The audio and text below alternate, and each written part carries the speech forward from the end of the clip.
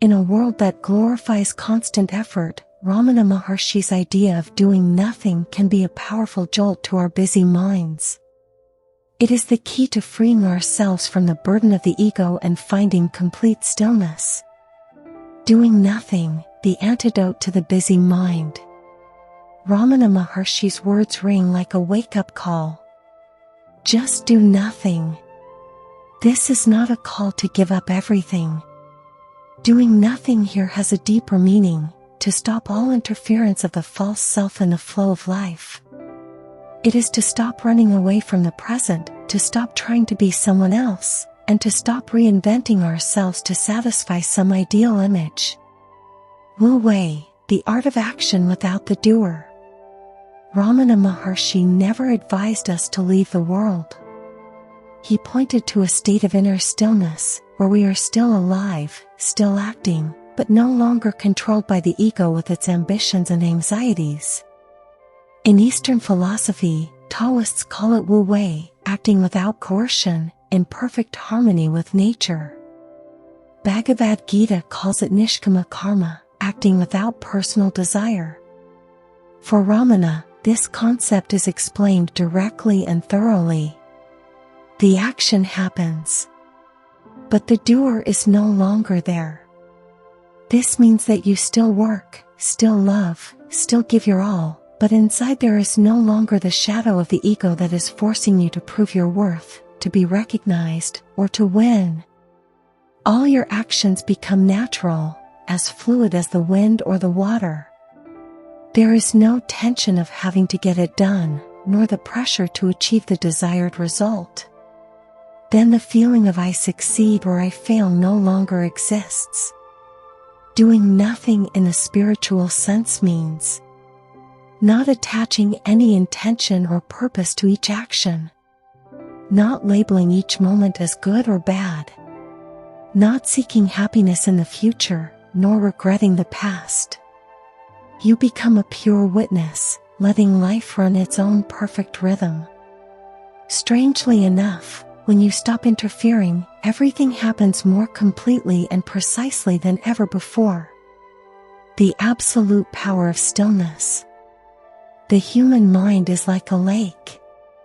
When you constantly stir it with worries, calculations, or ambitions, the lake becomes muddy and ripples endlessly. In that state, you cannot see anything but your own turmoil.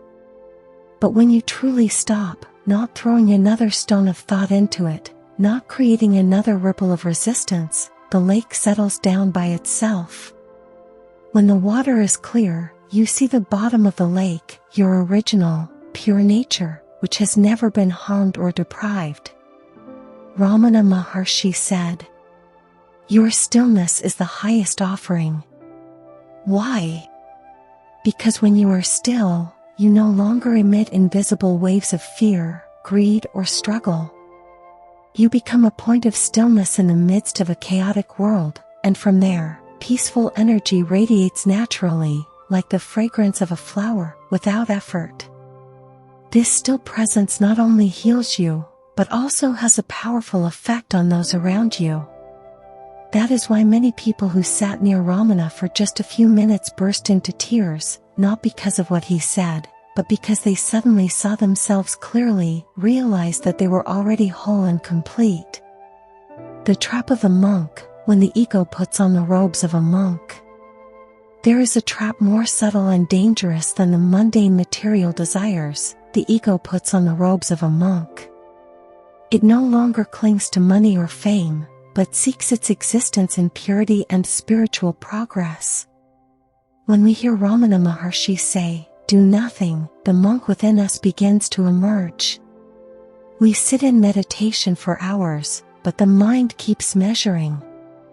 Have I sat longer than yesterday?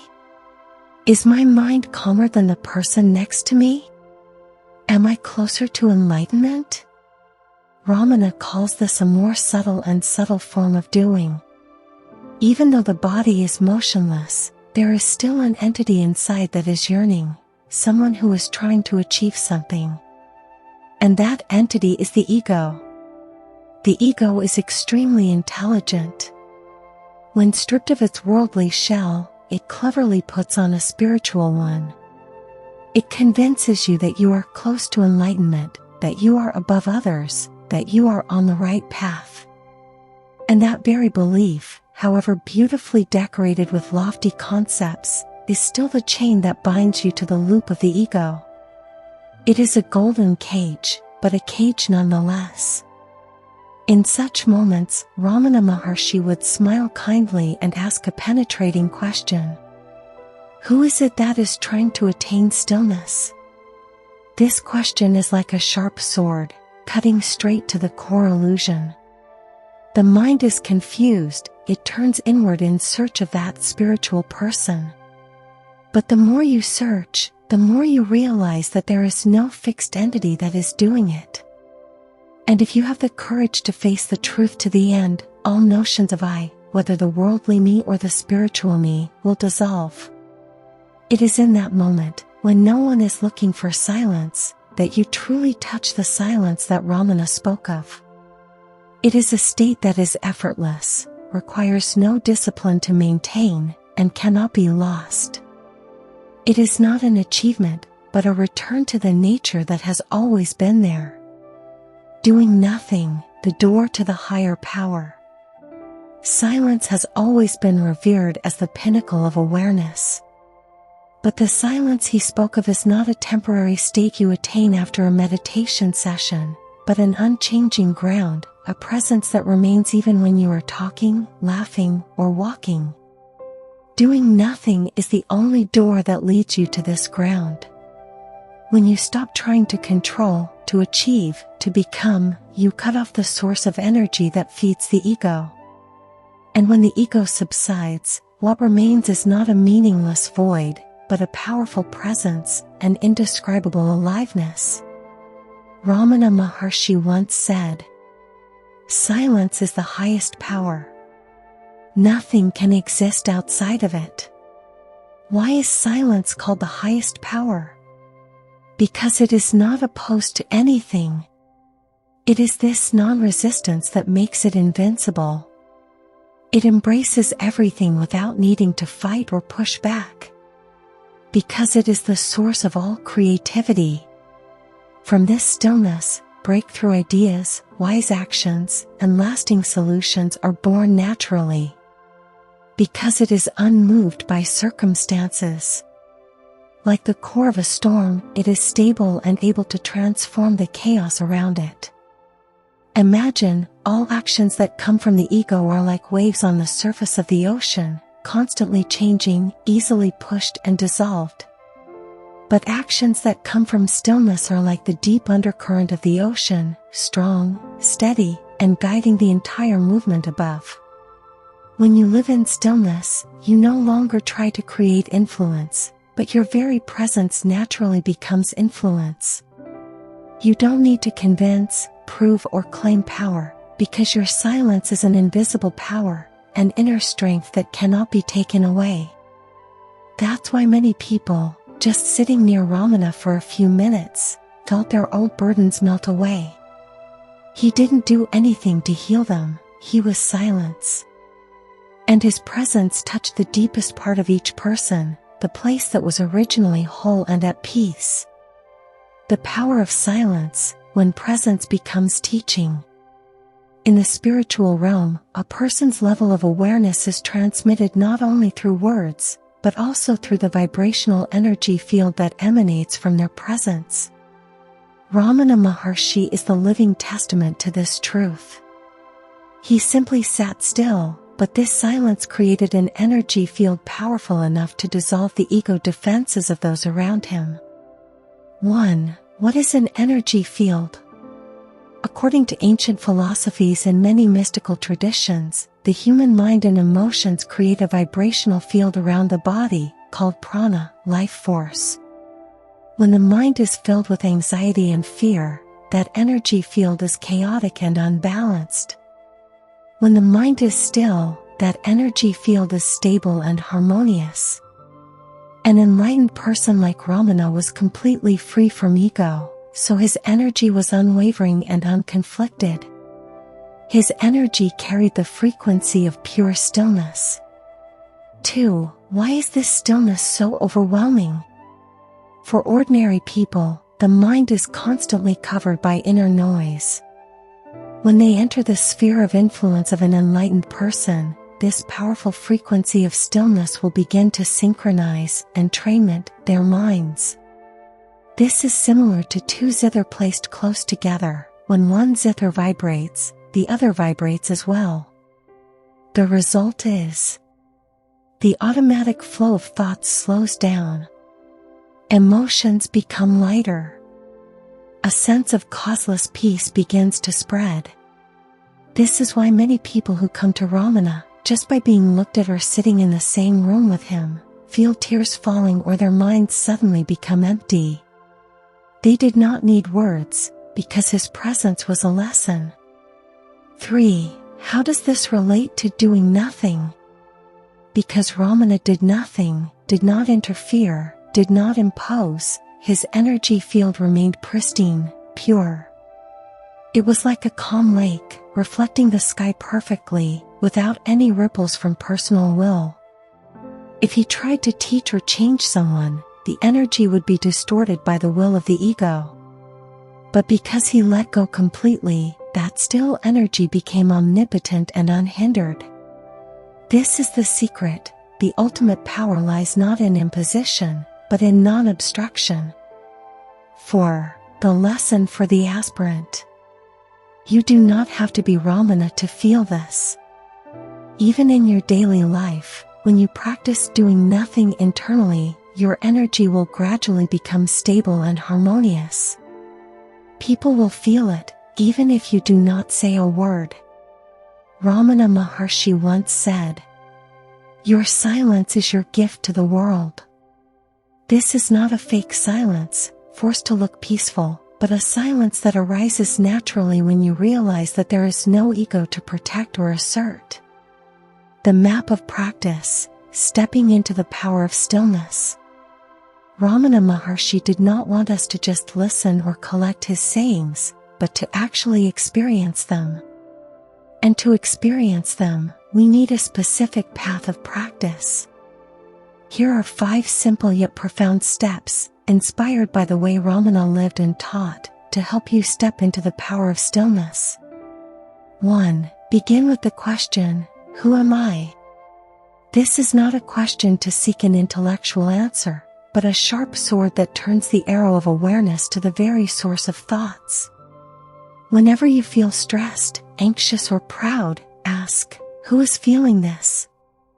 Trace the source of that I, find out where it arises from. When you cannot find a fixed entity, the mind will automatically quiet down. You will realize that there is no one feeling, only feelings happening. 2. Practice stopping in the middle of life. You don't have to wait until you are meditating. Apply this to your daily life. Whether you are working, talking, or walking down the street, stop trying to control the situation. Relax within, allowing things to be as they are. Feel the pure presence observing everything without having to intervene.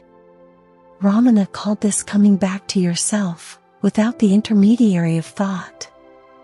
3. Observe without labeling. When something happens, don't be quick to label it as good, bad, beneficial, or harmful. Let things stand in your awareness as they are. When you don't label, your mind doesn't trigger instinctive reactions, and you feel a vast space inside. That space is stillness. 4. Act without identifying. You still do what needs to be done, take care of your family, complete your work, contribute to society. Let these actions flow naturally, not as the result of an ego trying to assert itself. When you succeed, there is no one to be proud of. When you fail, there is no one to blame. There is only the flow of life. 5. Stay with the stillness after all the turmoil. After an argument, a stressful project, or a strong emotion, don't rush into the next task. Sit still for a few minutes. Close your eyes and feel the silence that surrounds all thoughts. Don't try to hold on to it, just realize that it is always there, despite the turmoil. The miracle is that when you practice like this, you will realize that doing nothing is not a method, but your true nature. The method is just the bridge. Once you reach the other side, you realize that you were there all along. Ramana Maharshi once said, "You do not need to attain stillness. You are stillness. Just let go of everything that obscures it." When you live from that place, the ultimate power of stillness will not only change your life, but will spread to everyone and everything you touch, creating a powerful, unshakable influence. Doing nothing, when you stop being the controller of the world. The hardest part of doing nothing is not sitting still or letting go of action, but letting go of the deep belief that you are the one who is in control. From birth, we are programmed to believe. If we don't try, we will fail. If we don't plan, we will get lost. If we don't control, everything will be chaotic. But Ramana Maharshi saw a fundamental truth: the I that we believe is in control, in fact, does not exist. He pointed out that everything, from the breath you take, to the orbits of the stars, is happening within an infinite intelligence, what Advaita Vedanta calls Brahman, or more simply, life. When you identify with the doer, you unconsciously create an illusion that you are the control center of reality. This illusion is the source of constant worry about the future, regret about the past, fear of failure, intense pressure to succeed. But when you truly see that everything works perfectly whether you interfere or not, the mind naturally relaxes. This is the first step to true liberation. Why does doing nothing lead to power? Imagine a river. If you constantly stir the water to make it flow faster, you only create waves and muddy the mud. But when you stand aside and let the river flow, the water finds its way powerfully and naturally. The same is true with humans. When you are no longer bound by the idea of I am the doer, you allow the infinite intelligence of life to flow through you. Actions then become more natural, unfettered by expectations. More precisely, untainted by ego. More effective, no negative consequences from struggle. The secret that Ramana wants you to realize is, you are not the body. You are not the mind. You are the still awareness, the background in which every action, every thought, every emotion arises and passes away. When you realize this, doing nothing is no longer a technique, but a return to your own being. And when you live from this place, your stillness is the ultimate action, because it is not born of the ego, but of the very creative ground of the universe. The final message, the power behind silence. Ramana's doing nothing is not nothingness, but a complete relinquishment of all egoic efforts to control life. Then you are no longer the helmsman of a weary boat in the midst of a storm. You become the sea, boundless, unaffected by momentary ripples. And when you are the sea, every boat, every situation, every person, can float in its vast embrace. Silence is not the absence of action. Silence is the absence of the doer. Ramana Maharshi.